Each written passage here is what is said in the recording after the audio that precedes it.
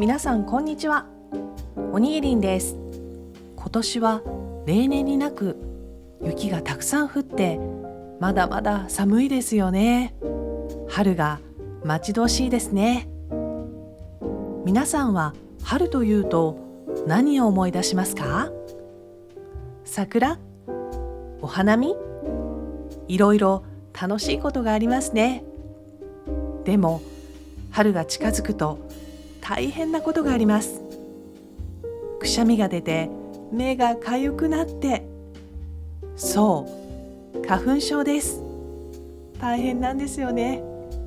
春が近づくと日本では花粉症という言葉があちこちで聞こえてきます。もしかすると旅行で日本に来た外国の方もクシュンとくしゃみが止まらなくなってびっくりするかもしれませんね。では日本の花粉症とは一体何なのか、そしてどうやって乗り越えるのかお話ししていきますよ。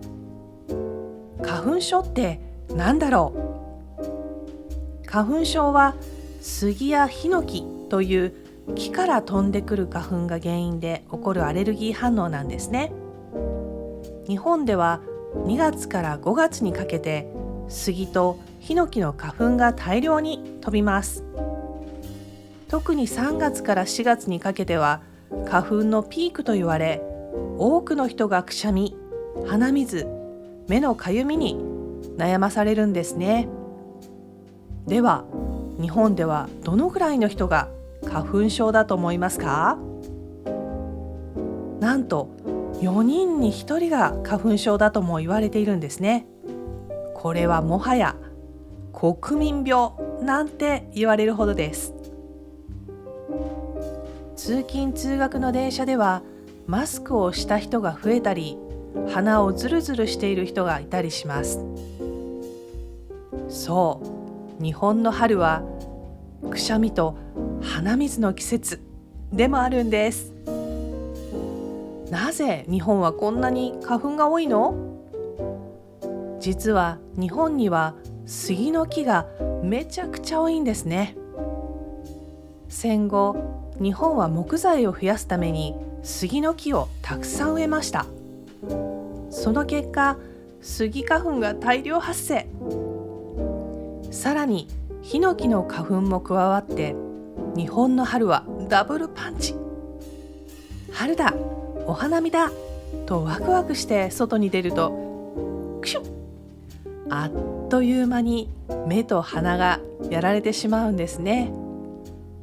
あと黒い車なんかにもよく黄色い花粉がついたりしてますね。花粉症対策、どうすればいいんでしょう？日本の花粉症シーズンを乗り切るためにはどうしたらいいのでしょう？ここで花粉から身を守る方法をいくつかご紹介します。まずマスクをつける。日本の春には花粉症専用のマスクが売られてるんですね。ウイルス対策だけではなく花粉もしっかりカットできますよ。でも目がかゆいのはどうしたらいいの？そんな時にはメガネをかけましょう。花粉は目にも入るので、花粉対策用のメガネをかけると楽になりますよ。目に花粉が入りにくくなっています。ちなみに私は普通のメガネをかけています。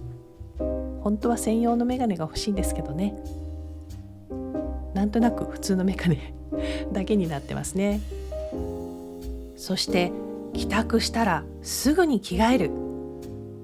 外でついた花粉を部屋に持ち込まないように、帰ったらすぐに着替えましょう。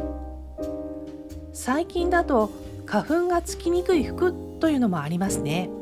そうそう、家の中に入る前に洋服についた花粉を外で払ってから家の中に入るといいですよ。そしてお部屋の中では空気清浄機を使う。